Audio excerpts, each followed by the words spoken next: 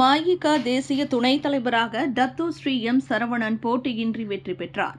இதனிடையே மூவர் கொண்ட அதன் தேசிய உதவித் தலைவர் பதவிக்கு டத்தோ தி மோகன், டத்தோ முருகையா, டத்தோ அசோஜன், டத்தோ நெல்சன் ஆகிய 4 களமிறங்கியுள்ளனர். இன்று மஇக தலைமையகத்தில் அதன் கட்சி துணைத் தலைவர், உதவித் தலைவர்கள், மத்திய செயலவை உறுப்பினர்கள், மாநில செயற்குழு ஆகியவற்றுக்கான வேட்புமனு தாக்கல் நடைபெற்றது. துணைத் தலைவர் பதவிக்கு போட்டியில்லாத பட்சத்தில் டத்தோ ஸ்ரீ எம் சரவணன் ஏகமனதாக தேர்வு பெற்ற வேளையில் 3 உதவித் தலைவர்கள் பதவிக்கு 4 வேட்புமனு தாக்கல் செய்தனர்.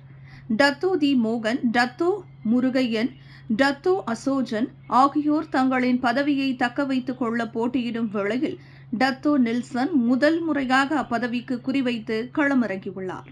மேலும் 21 மத்திய செயலவை உறுப்பினர்கள் பதவிக்கு 45 பேர் போட்டியிடுகின்றனர்.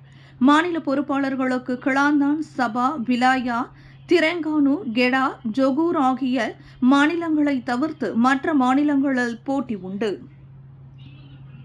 விண்வெளியில் மேலும் செய்திகளை தெரிந்து கொள்ள கீழே இருக்கும் பெல் பட்டனை அழுத்துங்கள். உங்கள் ஆதரவை வெளிப்படுத்த லைக் மற்றும் ஷேர் செய்யுங்கள்.